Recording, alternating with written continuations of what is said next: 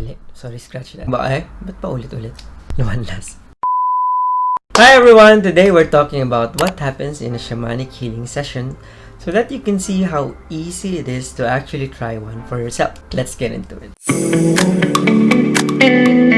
Hello again everyone, this is Berto and welcome to my channel where I share my journey as a shaman practitioner. Before we get started, you might want to know more about what shamanic healing is in this video. So let me break it down to you in 3 major steps. Cleanse, diagnose, and heal. First, cleansing. The shaman should actually clean his space and his tool. Since you are working with energies, you want to make sure that there are no negative energy present in the environment that might affect the client or the healing session. For this, I would usually use a combination of smoke, incense, and energetic cleansing sprays to smudge the place. If you want to learn more about this process, you can check out my other videos. But there's one thing that always goes into my head whenever I'm doing cleansing.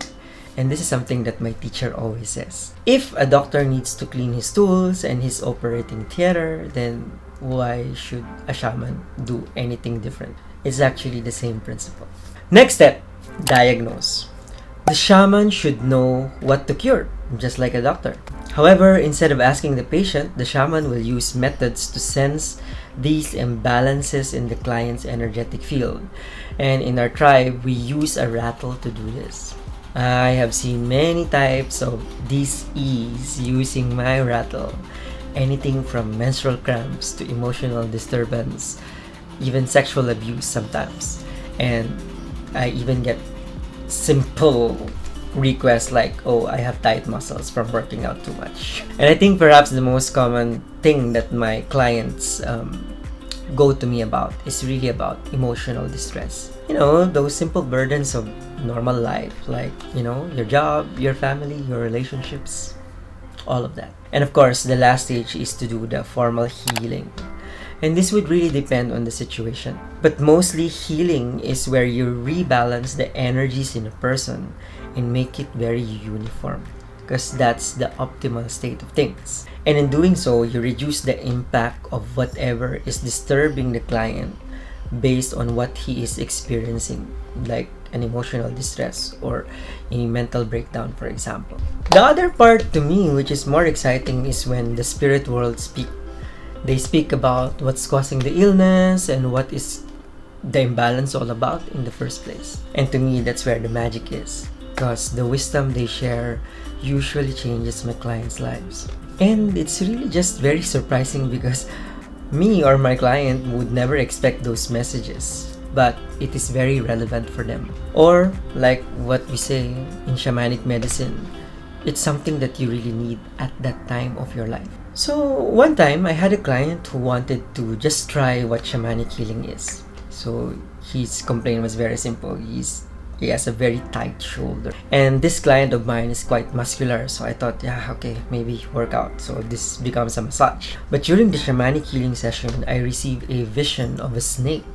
And along with it was a word called responsibility. So I asked my client, what is that about? And what he replied to me was very surprising. So apparently, he was so stressed on deciding whether he should continue his course. And surprise, surprise, apparently he's a toxicologist and he specializes in snake venom. I mean, it can't get any more literal than that, right? So apparently this guy is a specialist that turns the venom into some sort of medicine. Then I go like, well, if that came up spontaneously, then that should have been a strong sign that maybe this is something that you really should consider strongly. Well, needless to say, he took the advice and continued his course. It's moments like these that I really cherish as a healer. So as you can see, I just saw the transformation in him. He was much happier at that moment, because imagine having that stress with you every day and finally getting to a point where you decide